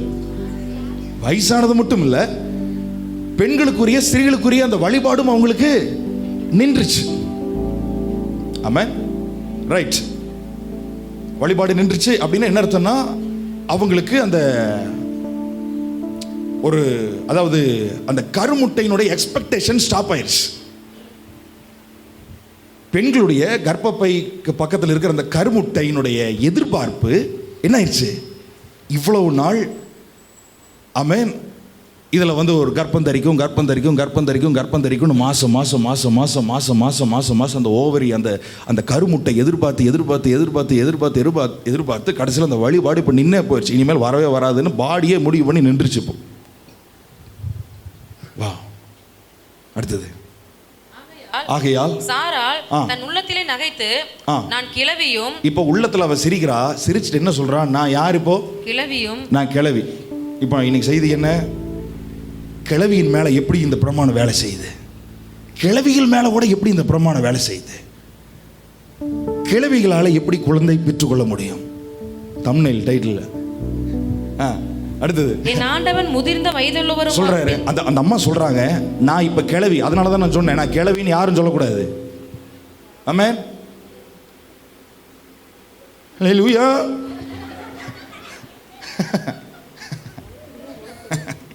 ஆமென். என்ன சொல்லக்கூடாது? கிழவின்னு யாரும் சொல்லவே கூடாது. எந்த பாட்டிமா நான் பாட்டி, நான் கிழவி அப்படின்னு சொல்லக்கூடாது. என்ன சொல்லணும்? யூத்துன்னு சொல்லுங்க. அது கொஞ்சம் பயிற்சி செய்யணும் உங்கள் வாயை. ஹல்லேலூயா. உங்கள் நாக்கை அதுக்கு ட்ரெயின் பண்ணணும். ஆனால் அந்த அம்மா என்ன சொல்கிறாங்க? இப்போது 90 வயசில் நான் கிழவியும் என் ஆண்டவன் முதிர்ந்த வயதுள்ளவனுமா இருக்கையில் எனக்கு இன்பம் உண்டாயிருக்குமோ என்றார். எனக்கு இன்பம் உண்டாயிருக்குமோ? அப்பொழுது கர்த்தர் ஆபிரகாமை நோக்கி சாராள் நகைத்து நான் கிழவியா இருக்க பிள்ளை பெறுவது மெய்யோ என்று அவள் சொல்வானேன். அதுதான் சொல்லாதீங்கன்ற. இந்த கிழவின்னு என்ன செய்யக்கூடாது? சொல்லக்கூடாது. கிழவிகளுக்கு மட்டும் நான் சொல்லல. ஐ மீன் கிழவின்னு சொல்லக்கூடாது. நான் ஆமென், மரியாதை குறைவா நான் பேசல. ஹல்லேலூயா. ஆனால் அப்படி சொல்லக்கூடாதுன்னு நான் சொல்றேன். நீங்களெல்லாம் இங்கே இருக்கிறதா இந்த சபைக்கு ஒரு மரியாதை. ஆமாம், ரைட். ஆனால் கிழவின்னு சொல்லக்கூடாது. கிழவின்னு சொன்னா கிழவிகள் எப்படி இருப்பாங்களோ அப்படி தான் நம்ம இருப்போம். ஆமாம். அப்போ நீங்கள் என்ன சொல்லணும்? நான் முதிர் வயதிலேயும் நான் கனித அந்த புஷ்டியும் பசுமையுமாய் நான் இருப்பேன். ஹல்லேலூயா. Praise God. அடுத்தது, ஆண்டவருக்கு இப்போ எது இடிக்குது பாருங்க. அவ ஏன் இப்ப கிழவின்னு சொல்றான்னு கேட்கிறாரு. ஆமென். எப்படி என்னால பிள்ளை வைக்க முடியும்னு ஏன் சாராள் உள்ளத்தில் நகைக்கிறாள்? அப்படின்னா மனசளவுல கூட நினைக்க கூடாது. அப்ப இந்த பிரமாணம் எப்ப கிரியை செய்யணும்? உங்க மனதளவில் இருந்து நீங்க நினைக்கணும், நான் வயசானவன் கிடையாது, எனக்கு வயசானாலும் இந்த பிரச்சனை வராது, நான் கனிதந்து புஷ்டியும் பசுமையுமா இருப்பேன்னு மனதளவுல நினைக்கணும். ஆமாம், இதெல்லாம் கேட்கறதுக்கெல்லாம் நல்லா தான் இருக்கு. ஆனால் என்ன பண்ணுறது, என் சரீரம் இப்படின்னு இப்படிதான் இருக்குது நினச்சிட்டு இருந்தா அது வேலை செய்யாது. உண்மையாக நினைக்கணும். மரபியல் வியாதி இல்லை, ஆமென், என் மரபணுக்கள் மாறிற்றே, ஆமென். இப்போ எல்லா வயசானவங்களுக்கு நான் சொல்கிறேன், இனிமேல் எனக்கு வயசாயிருச்சு அப்படின்னு உங்கள் வாயில் இனிமேல் வரவே கூடாது. ஆமென். சரி, வயதானவர்களை கூட மாற்றிடலாம். நடுத்தரமா இருக்கிறவங்க, அப்புறம் வாலிப வயசில் இருக்கிறவங்க, அவங்க தான் இப்போ சொல்லிட்டு இருக்கிறாங்க, என்ன ஆயிடுச்சு, எனக்கு வயசாயிடுச்சு. அதிகமாக நினைக்கிறது அதுதான், எனக்கு என்ன ஆயிடுச்சு, வயசாயிடுச்சு. அப்புறம் வயசாயிடுச்சுல அதனால என்ன வரும்? இந்த கால்வலி வரும். கிடையாது. இந்த பிரமாணம் வேலை செய்யணும் உங்கள் வாழ்க்கையில். உங்கள் சரீரத்தில் ஜீவனுடைய ஆவின் பிரமாணம் கிரியை செய்வதாக. நீங்கள்லாம் வயசான காலத்திலேயும் நல்லா இருக்கணும் அப்படின்றதுக்காக தான் அவர் 33 வாலிப வயசுல அவர் சிலுவைக்கு போனாரு. சிலுவைக்கு போய் ஜீவனை விட்டாரு. ஒருத்தர் சொல்றாரு, நீங்கெல்லாம் குடும்ப குழந்தைகளோட நல்லா இருக்கணும், அவர் சிங்கிளாவே மரிச்சாரு சிலுவையில. நம்மள ஐஸ்வர்யவான்கள் இருக்கிறதுக்காக தான் அவர் நமக்காக தரித்திரராக மாறினார். ஆமென். ஏங்க இயேசு 33 வயசுல மரிச்சாரு, நீங்கெல்லாம் 120 130 வரைக்கும் இருக்கணும், நல்லா இருக்கணும். நம்மளும் 33ல போறதுக்காக அவர் மரிச்சாரு, நம்மளும் 40 50ல போறதுக்காக சாகிறதுக்காக அவர் மரிச்சாரு. நம்ம சரீரங்கள் எல்லாம் வயசானால் நல்லா இருக்கணும். காண்டாம் மிருகத்திற்கு இருக்கிற பலன் அவர்களுக்கு இருக்கிறது. மான்களின் கால்களைப் போல கர்த்தர் நம்முடைய கால்களை மாற்றுவார். ஹல்லேலூயா, ஹல்லேலூயா, ஹல்லேலூயா. சோ சரீரங்களை உயிர்ப்பிக்கிற ஆவியானவர். இந்த 2 பேரும், ஆபிரகாமும் சாராளும், சாவுக்கு எதுவாக போய் கொண்டிருந்தார்கள். 99வது வயசுல டக்குன்னு அவனுடைய சரீரத்தை அங்கேயே அந்த செல்கள் எல்லாம் அப்படியே டீக்ரேட் ஆகிறது அங்க ஸ்டாப் பண்ணி ஆண்டவர் அவர்களை உயிர்ப்பிக்க ஆரம்பித்தார். வாலிப வயசுல வாலிபர்கள் திருமணம் பண்ணி எப்படி குழந்தைகளை பெற்று சந்தோஷமா இருப்பாங்களோ அது வரைக்கும் போனவங்களை திரும்ப இங்க கொண்டு வந்தார். திரும்ப பிள்ளைகள் பிறந்தது, அவர்களுக்கு பிள்ளைகள் பிறந்தது. சிலுவையில் பிறந்தோமே, ஆமென், ஒன்றும் நிலுவையில் இல்லை.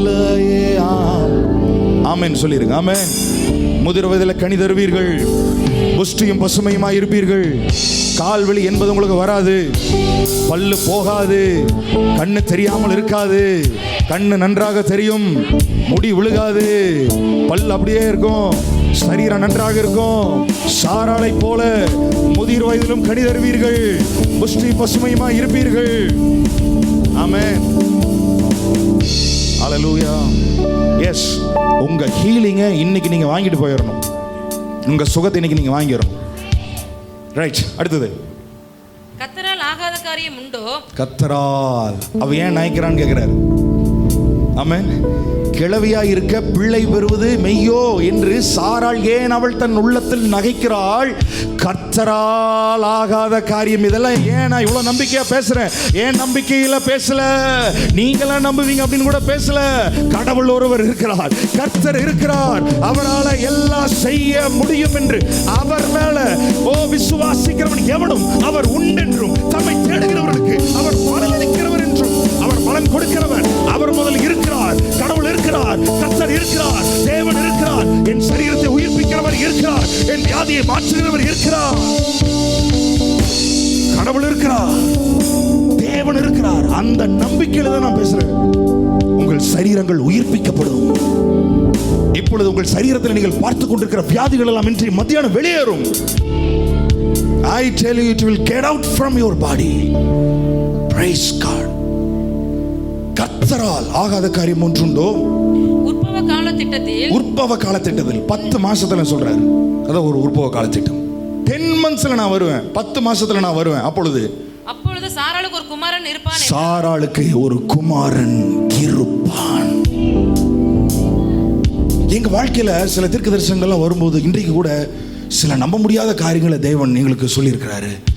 அதெல்லாம் கேட்கும்போது உண்மையாக அதெல்லாம் எங்கிட்ட தான் ஆண்டவர் பேசுகிறாரா அப்படின்ற மாதிரி இருக்கும். கர்த்தர் எப்பொழுதுமே அப்படி தான் பேசுவார் பாருங்க. எல்லாமே ஜீரோவாக இருக்கிற சமயத்தில் தான் இப்போ சொல்கிறாரு, நான் உனக்கு ஒரு பையனை கொடுப்பேன் அப்படின்றார், ஒரு குமாரனை நான் உனக்கு தருவேன். இவங்க 2 பேரும் சிரிச்சிட்டு இருக்கிறாங்க. ஆபிரகாமும் சாராளும். நான் கிழவனாக இருக்கிறேன், நீ கிழவியாக இருக்கிற. ஸ்திரீகளுக்குள்ள வழிபாடெல்லாம் நின்றுச்சு, சான்ஸே இல்லை. அதனால தான் ரோமர் 4 எவ்வளோ அழகாக வசனம் சொல்லுது, அவன் விசுவாசத்தில் பலவீனமாக இருக்கவில்லை, அவன் தன் சரீரம் செத்து போனதையும் சாராளுடைய கர்ப்பம் செத்து போனதையும் அவன் எண்ணாதிருந்தான். எப்போ நீங்க இதெல்லாம் கன்சிடர் பண்ணாம நினைக்காம தேவன் வாக்குத்தத்தம் பண்ணினதை நிறைவேற்ற வல்லவர் என்று முழு நிச்சயமாய் நம்பி தேவனை மகிமைப்படுத்தி விசுவாசத்தில் வல்லவனானான். எத்தனை பேர் நம்புறீங்க வியாதியெல்லாம் வெளியில போயிடும்? வியாதியெல்லாம் வெளியில போயிடும். எல்லா வியாதிகளும் வெளியில போயிடும். நீங்க வயசானவங்க கிடையாது, நீங்கள் வயதானவர்கள் அல்ல. வயதானவர்களுக்கு சொல்லுகிறேன், நீங்கள் வயதானவர்கள் அல்ல. ஆமென். நீங்கள் ஹல்லேலூயா யூத்தா இருக்கிறீங்க, வாலிபர்களாக இருக்கிறீர்கள். வாலிபர் அந்த பலனை கர்த்தர் தருவார், கழுக்கு இருக்கிற பலனை கர்த்தர் தருவார். இப்போ நீங்க ஒரு மாதிரி எதுவுமே செய்ய முடியலையேன்னு சொல்லிட்டு இருக்கிறீங்களே, அது பழைய சட்டைகள், பழைய ரெவலேஷன், பழைய காரியங்கள் எல்லாம் உதிர்ந்து போய் இப்ப கர்த்தர் புது காரியங்கள் உங்களோட பேசிக் கொண்டிருக்கிறார். அந்த காரியங்களை கேட்டு, அந்த சத்தியத்தை கேட்டு இனிமேல் திரும்பமாக சட்டைகளை அடித்து முன்னாடி பறக்காத அந்த உயரத்திற்கும் மேலாக பறக்கிற ஒரு நாட்களுக்குள்ளாக கர்த்தர் ஒவ்வொரு வயதானவர்களையும் கொண்டு வருகிறார். ஒவ்வொரு வயதானவர்களை கர்த்தர் கொண்டு வருகிறார். வயசாயிட்டேன்னு சொல்றேன், ஒவ்வொருவரோட கூட கர்த்தர் பேசிக் கொண்டிருக்கிறார். உங்களுக்கு நெஞ்சு வலி இன்றைக்கு போகிறது, அந்த கால் வலி இன்றைக்கு உங்களுடைய சரீரத்தை விட்டு வெளியே போகிறது. ஆமென், ஆமென், ஆமென், ஆமென், ஆமென், ஆமென். இயேசுவின் நாமத்தில், இயேசுவின் நாமத்தில் இந்த பிரமாணம் ஒவ்வொரு சரீரத்தில் கிரியை செய்வதாக, கிரியை செய்வதாக. ஹல்லேலூயா, ஹல்லேலூயா, ஹல்லேலூயா. அந்த வசனம் ஆக்சுவலா வயசானவங்களுக்கு தான் சொல்லுது. ஏன்னா வாலிபர்கள் இடறி விழுவார்கள், இளைஞர் இளைப்படைந்து சோர்ந்து போவார்கள். ஆனா கர்த்தருக்கு காத்திருக்கிறவர்களோ புது பலன் அடைந்து கழுகளை போல சட்டைகளை அடித்து எழும்புவார்கள். ஐயா, வயசானவங்களை பார்த்தா ஐயா கர்த்தர் சொல்றாரு, உன் வயது திரும்பவும் பல வயது. ஆமென். ஓ ரப சண்டரமலரியன்றே. எஸ், இந்த சர்ச்சில் இந்த ஞாயிற்றுக்கிழமைக்கு அப்புறம் வயதானவர்கள் நான் எனக்கு வயசாயிருச்சு அப்படின்னு சொல்லவே கூடாது. வேற யாராவது புதுசாக வந்தாலும் அப்படி நீங்கள் சொல்லலை அப்படின்றத அவங்கெல்லாம் பார்க்கணும். ஊரில் யார் கேட்டாலும் ஆமென், பிரைஸ் காட், நான் 70 வயது வாலிப சகோதரின்னு சொல்லுங்க. 80 வயசு யூத்துன்னு சொல்லுங்க. ஹல்லேலூயா. நான்லாம் இனிமேல் 90 தான் குழந்தைக்க பிளான் பண்ண போகிறேன் அப்படின்னு சொல்லுங்க. 100 பெத்தாங்க அவன்லாம், 100 பெத்தான். 30-40 வேலையை முடிச்சுட்டு உட்காந்துருக்குறோம். அவன் அவ்வளோதான் முடிஞ்சதுடா சாமி, இந்த 2 பேர்த்து கரை சேர்த்துனாலே போதுண்டா. ஐயோ தலைகீழாக நிற்க வேண்டியதாக இருக்குது, ஃபீஸுக்கெல்லாம்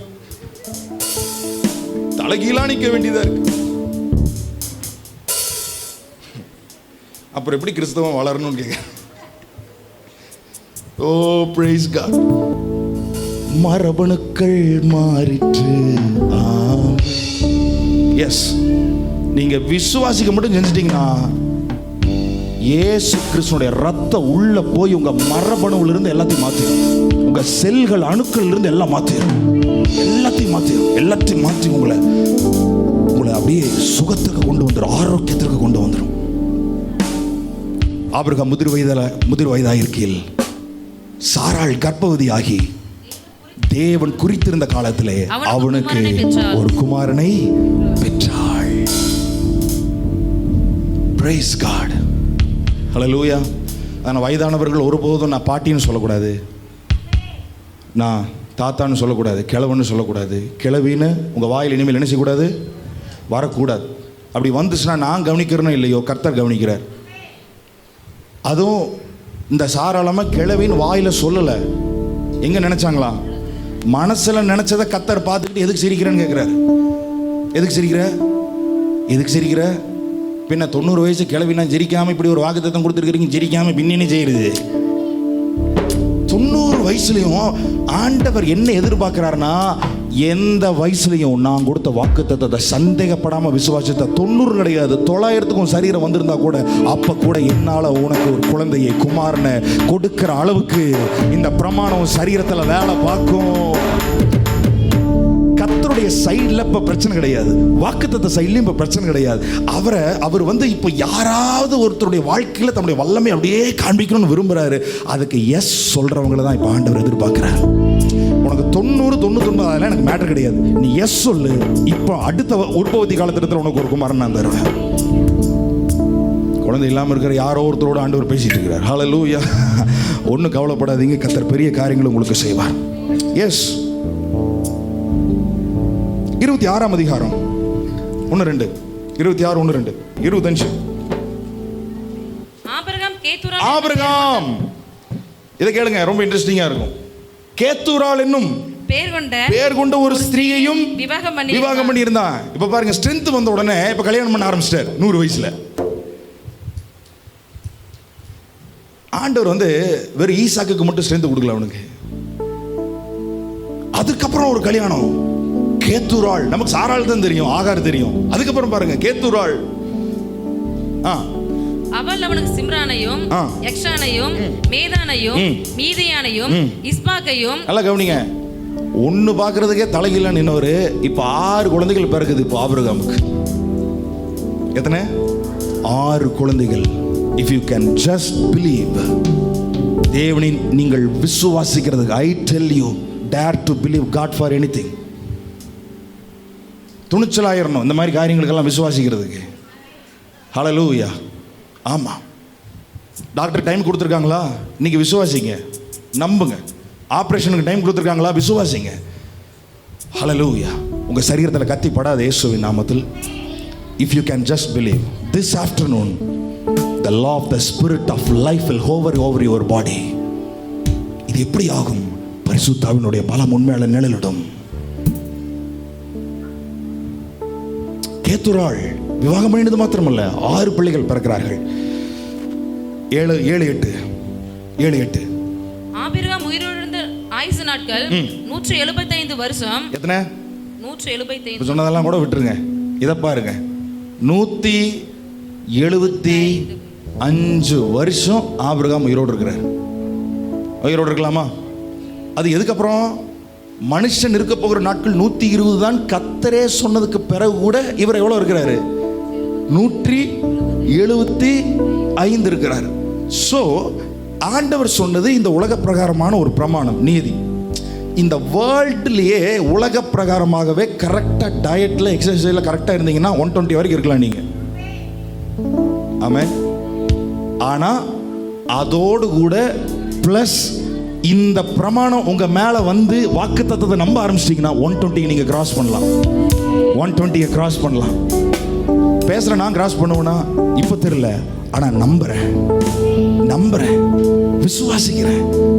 ஆபிரகாமின் ஆசீர்வாதம் என் மேல வர்றதுக்காக தான் சிலுவையில் அவ்வளவு பாடுபட்டு ரத்தத்தை சிந்திருப்பாருனா அதுல ஒரு ஆசீர்வாதம். அவன் 175 வரைக்கும் வாழ்ந்திருக்கிறான். ஆமென். அப்படியா 60-70 வந்தவங்க எல்லாம் பாதி கூட வரலையே, அதுல பாதி கூட இல்லையே. ஆபிரகாம் வாசிப்போம். ஆபிரகாம் 175 வருஷம் பிற்பாடு ஆபிரகாம் நல்ல நரை வயதிலும் முதிர்ந்த பூரண ஆயுசிலும் பிராணன் போய் மரித்து தன் ஜனத்தாரோட சேர்க்கப்பட்டான். Praise God. எல்லாரும் சொல்லுங்க 175. ஆமா, இப்படி சொன்னா அது இப்படி 175 சொல்ற சத்தத்துல உங்க செல்கள் எல்லாம் அப்படியே அதிர வேண்டாமா? உங்க பாடியில் இருக்கிற செல்லுக்கெல்லாம் அதை கேட்கணும். என்ன திடீர்னு 175றான்? 175 ரூபா ஒருவேளை இன்ட்ரெஸ்ட், இது 175 ரூபா வட்டி கொடுக்கணுமோ என்னமோ. 175 ரூபாய்ன்றானே திடீர்னு. 175 சத்தமா சொல்லுங்க. 175 எல்லா வயசானவங்களாம் சொல்றீங்களா? 175 உங்களை நான் ஆக்சுவலாக வயசானவங்கன்னு சொல்லவே கூடாது. ஆமென். ஆமாம், இன்றைக்கு டிக்ளேர் பண்ணுறேன், நம்ம சபையில் எல்லாருமே வாலிபர்கள் தான். ஹல்லேலூயா. இருக்கிறவர்கள் எல்லாருமே யாரு? வாலிபர்கள். Praise God. 175 பாதி என்னது? ஸ்கூலுக்கு போயிட்டு வந்து சொல்றேன். 175 பாதி எவ்வளோ? 87. 87 86. ஓ 87. இங்கேயும் 7 வருதா? 87. சரி 87ன்னு வச்சுக்குவோம். 87 வயசாயிடுச்சுன்னு எதுக்கு சொல்லணும்? பாதிங்க அது. அதுவும் ஆதாம் எல்லாம் கணக்கு போட்டீங்கன்னா நீங்களாம் சின்ன குழந்தை. ஆதாமெல்லாம் 960 அதெல்லாம் கம்பேர் பண்ணும்போது நம்ம அப்போ தான் பிறந்து வந்திருக்கிறோம். பிறந்து 1 வயசு ஆகிருக்குது. 500 வயசு ஆனால் தான் சொல்லணும் நான் பாதி வயசுக்கு வந்திருக்கிறேன். ஆமென். அப்போ 87 வந்துட்டாலே என்னதான் சொல்லணும்? பாதி தான் வந்திருக்குன்னு சொல்லணும். இன்னும் மீதி பாதி இருக்குது நீங்கள் வாழ வேண்டியது. ஹல்லேலூயா. 87 ஆச்சுனாலே ஜெப குறிப்பு நிறையா வந்துடுது. போதுங்க, அவ்வளோதான். ஆண்டவர் திருப்தியானார், நான் திருப்தி ஆகிட்டும். போதும், அவ்வளோதான். நான் கிளம்புறேன். போகிறதுக்காக ஜோம் பண்ணுங்க. Praise God. இல்லை பிரியமானவர்களே, இதெல்லாம் ஒருவேளை இது வரைக்கும் நமக்கு தெரியாமல் இருக்கலாம். ஆனால் வசனம் அப்படி தான் சொல்லுது. நீங்கள் பாவம் மரணம் என்பவைகளின் பிரமாணத்தினின்று விடுதலை. நேற்றுக்கு நான் யோசித்தேன், இந்த நேச்சுரல் உலக பிரகாரம்னு சொல்கிறோமே, ஆனால் இந்த உலக பிரகாரமே என்ன தெரியுமா? பாவம் மரணம் என்பவைகளின் பிரமாணம் தான் உலக பிரகாரம். அதுக்கு முன்னாடி அப்படி கிடையாது. ஆதாம் பாவம் செய்யறதுக்கு முன்னாடி இப்படி கிடையாதுங்க. உலகத்தில் அந்த பிரமாணமே இல்லை. ஆதாம் பாவம் செய்யறதுக்கு முன்னாடி எல்லாம் 1000 வருஷம் வரைக்கும் வாழ்ந்துட்டு இருந்தாங்க. 960 வரைக்கும் வாழ்ந்துட்டு இருந்தாங்க. ஆக்சுவலாக பாவம் செஞ்சதுக்கு அப்புறம் தான் அந்த லிமிட்டு எப்பொழுதும் இருக்க வேண்டும் என்பதுதான் தேவனுடைய சித்தம். ஆனால் இது வந்த ஆரம்பத்திலேயே 960 வாழ்ந்தாங்க. ஸோ அது வந்து அது ஃபுல் எஃபெக்டில் இப்படி அது இருக்குது. உங்களுக்கு ஒன்று சொல்லட்டுமா? இந்த 960 அப்படியே குறைஞ்சு அது நோவாவின் காலத்தில் அது 600 மாறி, ஆபிரகாம் காலத்தில் அது 175 மாறி, இந்த காலத்தில் ஒரு 10-20 வருஷத்துக்கு முன்னாடி அது 80 மாறி, இப்போ அது 40 வந்து நிற்குது. கர்த்தர் சொல்றாரு, இந்த சாவுக்கு எதுவாக வந்துட்டு இருக்கிற நீ, உன்னை நான் திரும்பவும் உயிர்ப்பிப்பேன். உங்கள் மரபணுக்களிலேயே சில மாற்றங்கள் அப்படி நடக்கும்போது தான் உங்கள் யூத் ரினியூவல் ஆகும். இந்த சுருக்கமெல்லாம் மாற ஆரம்பிக்கும். ஆமாம். எத்தனை பேருக்கு அழகாக இருக்கணும்னு ஆசை? அதெல்லாம் போயிட்டுங்க. அது ஒரு 2000 கடன் இருக்குது, அதை மட்டும் அடைஞ்சா போதும். அது ஒரு ஆபிரகாமின் ஆசீர்வாதம். Praise God. ஹல்லேலூயா. உங்களால் விசுவாசிக்க முடியுதா? நீ விசுவாசிக்க கூடுமானால் ஆகும். விசுவாசிக்கிறவனுக்கு எல்லாம் கூடும். எனக்கு அந்த வார்த்தை ரொம்ப பிடிக்கும். இயேசு ஒவ்வொருத்திட்டையும் சொன்னது, உன் விசுவாசம் உன்னை ரட்சித்தது. போன வாரம் ஃபுல்லாக பைபிள் காலேஜில் டீச் பண்ணிகிட்டு இருந்தேன். அப்போ ஸ்டூடெண்ட்ஸை பார்த்து ஒரே ஒரு கேள்வி கேட்டேன். பெரும்பாடுள்ள ஸ்ரீ அவளுக்கு சோகம் கிடச்சிது, அது இயேசு சோகம் கொடுத்தாரா இல்லை அது அவளுடைய ஃபெய்த்தா அப்படின்னு. நிறைய பேர் இயேசு தான் சுகம் கொடுத்தாரு அப்படின்னாங்க. 2 பேர் சொன்னாங்க அவருடைய ஃபெய்த்து அப்படியே மிக்ஸ்டு. எப்பொழுதுமே அந்த கேள்வியில் ஒரு கேள்வி கேட்டாலும் ஒரு மிக்ஸ்டு ஒப்பீனியன் இருக்கும். அதுலேயே ஆன்சர் இருக்கு. இயேசு சொல்றாரு, உன் விசுவாசம் உன்னை ரட்சித்தது. அப்படின்னா இப்போ உனக்கு விடுதலை வந்திருக்குதுல்ல, அது உன் விசுவாசன்ற. எத்தனை பேர் விசுவாசிக்கிறீங்க இப்போ? ஆமாம், கத்தர் தருவார், கத்தரனை வாழ வைப்பார் கிடையாது. கத்தர் வாழ வைக்கிறேன்னு முன்னாடியே சொல்லிட்டார். எத்தனை பேர் அதை விசுவாசிக்கிறீங்க? அதுதான் முக்கியம். ஆமாம், ஒவ்வொருத்தருக்கா நான் உன்னை மட்டும் வாழ வைக்கிறேன் அப்படின்னாலும் சொல்கிறது இல்லை, எல்லாத்துக்கும் சொல்லிட்டாரு. தான் எல்லாத்துக்கும் இந்த பிரமாணம். எத்தனை பேர் அதை டேப் இன் பண்ணுறீங்களோ அவர்கள் அந்த பிரமாணத்தில் வாழ ஆரம்பிக்கிறார்கள். நீங்கள் விசுவாசிக்க கூடுமானால் ஆகும். ஹல்லேலூயா. நிறைய நான் சொல்கிறதுக்கு இதோட நான் முடிக்கிறேன். ஜெபிக்க போகிறோம். இந்த ஜெப வேலையில் ஒன்று ஆண்டவரை பார்த்து கேட்க போகிறோம்.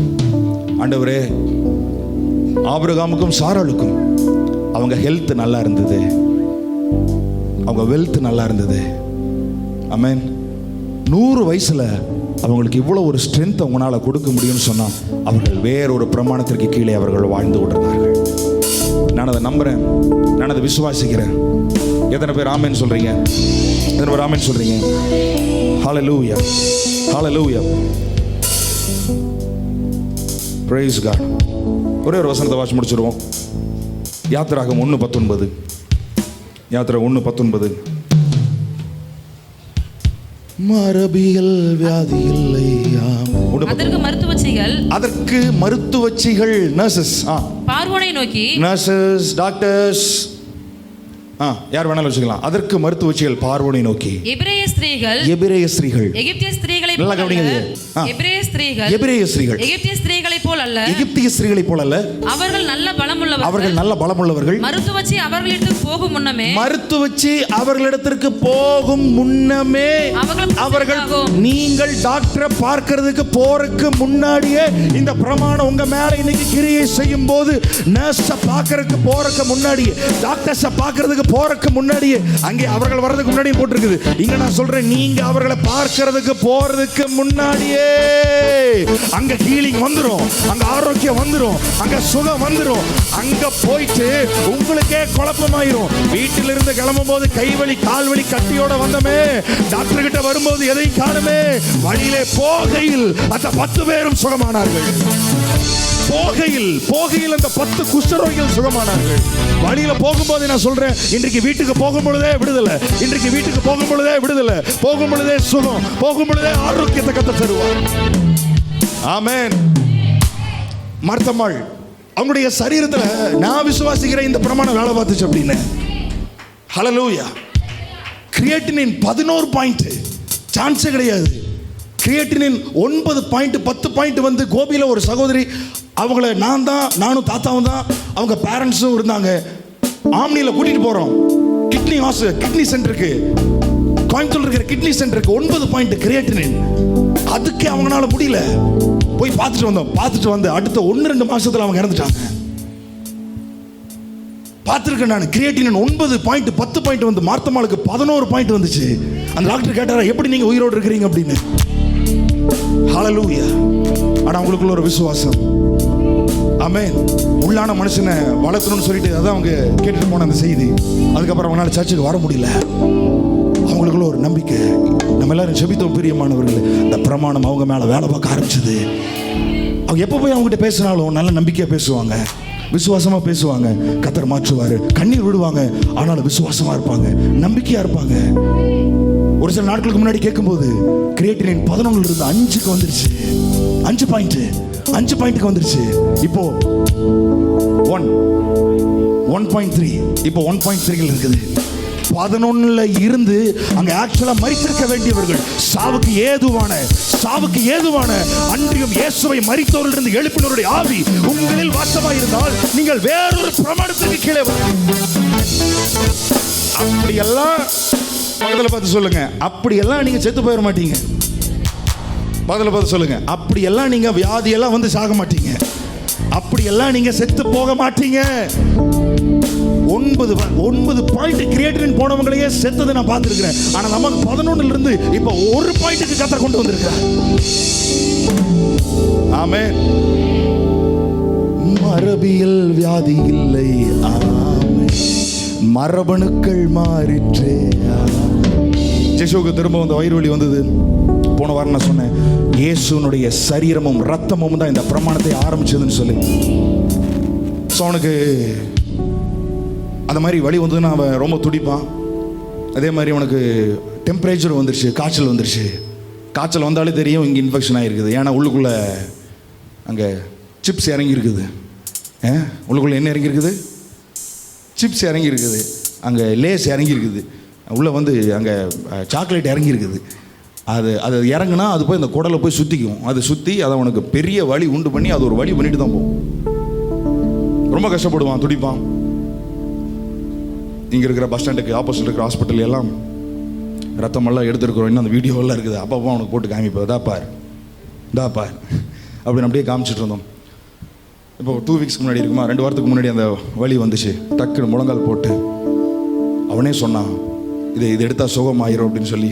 டீச்சர் வீட்டில் கூட அதை பிரசங்கம் பண்ணியிருக்கிறான். நாங்கள் வெளியில் போயிட்டோம். ஸோ அவங்க தான் ஸ்கூல் முடிச்சு கூட்டிகிட்டு போனாங்க. அப்போ அவன் போய் பிரசங்கம் பண்ணுறான், வயிறு வலின்னு கஷ்டப்படாதீங்க, பிரெட்டு சாப்பிடுங்க, எல்லாம் சரியாயிரும். அவனுக்கு தெரிஞ்ச நாலேஜில் அதை பார்த்துட்டு அவங்களுக்கு ஆச்சரியமாச்சு. அதை அப்படியே வீடியோ எடுத்து அனுப்பிச்சிருக்கிறாங்க. கடந்த நாட்களில் வர்ற நாட்களில் அதை போடுறோம். கம்யூனியனை பற்றி பேசியிருக்கான். ஸோ அவனுக்கு அந்த வயிறு வலி வரும்போது முழங்கால் போட சொன்னோம். ஆமென். இயேசுவின் சரீரத்தை அவனுக்கு கொடுத்தோம், இயேசுவின் ரத்தம் அவனுக்கு கொடுத்தோம். அவனை கம்யூனியன் எடுக்க வச்சோம். சின்ன குழந்தைக்கு கம்யூனியன்.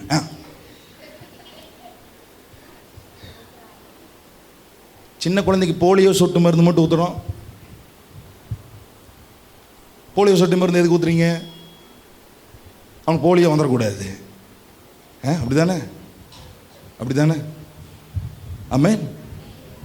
இஸ்ரேல் நாட்டில் பஸ்கா பண்டிகை கொண்டாடும் போது, திருவிருந்து ஆசிரிக்கும் போது, குழந்தைகளையெல்லாம் வெளியில் வச்சுரு, வீட்டில் வச்சுரு, பெரியவங்க மட்டும் உள்ளே எடுத்து வீட்டை பூட்டிக்கோங்க அப்படின்லாம் சொல்லலை. உங்கள் வீட்டார் அனைவரோடும் கூட இதை நீங்கள் சாப்பிடுங்கன்றாரு.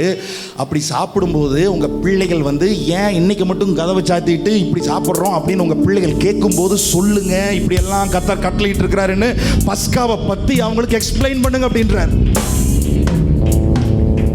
நாம கொடுத்த அன்று ராத்திரி அவன் சமாதானமாக நல்லா தூங்கினான். அதற்கப்புறம் வழியே வரல. ஏன் தெரியுமா? இந்த ரத்தமும் இயேசுவின் சரீரம் உள்ள போகும்போது அவன் மேல இருக்கிற அந்த பாவம், மரணம் என்ற அந்த பிரமாணத்தை மாற்றி ஜீவனுடைய ஆவியின் பிரமாணத்தை அவருடைய சரீரத்திற்குள்ளே கொண்டு வருகிறபடினாலே அது வரைக்கும் வளைச்சிட்டு இருந்தாலும் ஒவ்வொரு செல்களுக்குள்ளே இது போய் வேலை பார்க்கும், ஒவ்வொரு அணுக்களுக்குள்ள போய் இது வேலை பார்க்கும், ஒவ்வொரு உறுப்புகளுக்குள்ள இது போய் வேலை பார்க்கும். ஆமென், ஆமென். எஸ், உங்க சரீரம் ஹீல் ஆகிறது உறுதி. If you can just believe. நம்பினா போதும், விசுவாசா போதும். எவீரு இயேசுவின் இடத்துல வந்து சொன்னா, நீர் என் வீட்டிற்கு வந்து என் பிள்ளையின் மேல கையை வைத்தால் அப்பொழுது அவள் பிழைப்பாள், கையை வையும் அப்பொழுது அவள் பிழைப்பாள். அதான் அவன் சொன்ன கடைசி வார்த்தை, பிழைப்பாள், அவள் பிழைப்பாள். ஆமென், ஆமென். If you can just come to my home and lay your hands on her, she will live. She will live. That is his last words. இடையில பெருமாடுல ஸ்ரீ வர்றா, சுகமடையுது. இது நடந்துட்டு இருக்கும் போது வீட்டிலிருந்து செய்தி வருது, உம்முடைய பிள்ளை மரித்து போனாள், செத்து போயிட்டான்னு செய்தி வந்த உடனே, ஐயோ இவன் சொல்றதுக்கு வந்திருப்பானா என்னன்னு தெரியல, டக்குன்னு ஜீசஸ் கிராஸ் பண்றாரு. பயப்படாத, விசுவாசம் உள்ளவனாயிரு அப்படின்ற. அப்படியே நிறுத்திட்டான். நாட்டில் பார்க்கும்போது நான் பார்த்தேன், அவன் பேசின கடைசி வார்த்தை she will live, அவள் பிழைப்பாள். அதோடய அவன் கன்ஃபெஷன் நிறுத்திட்டார் ஆண்டவர். ஐயோன்னு சொல்றதுக்கு வந்திருப்பான். ஏன்னா எந்த ஒரு தகப்பனுக்கும் பிள்ளை செத்து போயிடுச்சுன்னு கேட்கும்போது அப்படியா அப்படின்னா கேட்பாரு. எல்லாருடைய வாயில வர்ற முதல் வார்த்தை ஐயோ இப்படி ஆயிடுச்சு, அழுக ஆரம்பிப்போம். ஆமென். இந்த ரிப்போர்ட் எவீருட்டு தான் சொல்றாங்க. ஆனா இயேசு அதை கேட்டு அவனை பார்த்து, பயப்படாதே, விசுவாசம் உள்ளவனாயிரு. அப்படியே வாயை மூடிட்டு இருந்துட்டான். நெகட்டிவா பேச போறது கிடையாது. என் சரீரத்துக்கு நேரம், என் பிள்ளை சரீரத்துக்கு நேரம் வேற எதையும் நான் பேச போறது கிடையாது. அவன் செத்து போயிட்டான்னு நான் இனிமேல் முடிவு எடுக்கவே மாட்டேன். நான் இப்ப முடிவு எடுக்க போறது கிடையாது. விசுவாசம் உள்ளவனா இருப்போம். உள்ள போயிட்டு சொல்றாரு இயேசு, வீட்டுக்குள்ள போயிட்டு, அவர் சாகலையே, அவர் பாருங்க என்ன ஒரு பிரமாணத்துல வாழ்றாரு, அவர் சாகலையே, தூங்கிட்டு இருக்கிறா. அதற்காக அவர்கள் எல்லாரும் அவரை பார்த்து நகைத்தார்கள்.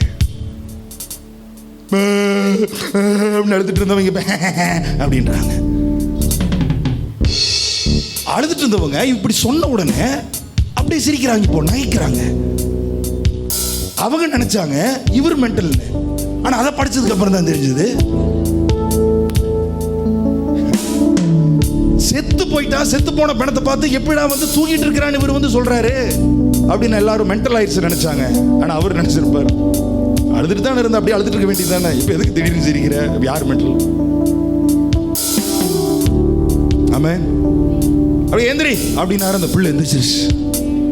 நீங்க எப்படி அந்த ப்ராப்ளம் அப்ரோச் பண்றீங்களோ அப்படிதான் அது உங்களுக்கு செவி கொடுக்கும். செத்து போயிட்டு நினைச்சா அது செத்து போயிடும். ஆனா தூங்கிட்டு இருக்கிறேன்னு நினைச்சா அந்த மாதிரி ரியாக்ட் பண்ண ஆரம்பிக்கும். என் சரீரம் நான் 175 வயது வரைக்கும் நான் இருப்பேன். இருக்கிறது பிரச்சனை இல்லை, அது வரைக்கும் சுகத்தோடு வாழுவேன், பலனோடு கூட வாழுவேன். நீடித்த நாட்களில் கர்த்தர் என்னை திருப்தி ஆக்குவார். ஆபிரகாம் இருந்த மாதிரி நானும் வாழுவேன். இந்த ஒரே ஒரு வசனத்தை நீங்க எடுத்துட்டு போங்க. முதிர் வயதிலும் வாலிபர்கள் எடுத்துட்டு போங்க. நான் முதிர் வயதே ஆனாலும் முதிர் வயதிலும் நான் கனிதந்து புஷ்டியும் பசுமையுமா இருப்பேன். என் சரீரத்தில் இந்த பிரமாணம் வேலை பார்க்கும். நான் பிழைப்பேன், நான் சொஸ்தமாவேன், இந்த வியாதிகள் என்னை விட்டு வெளியே போகும். இப்படியே அறிக்கிட்டுட்டே இருக்கும். ஆமென். ஹல்லேலூயா, ஹல்லேலூயா.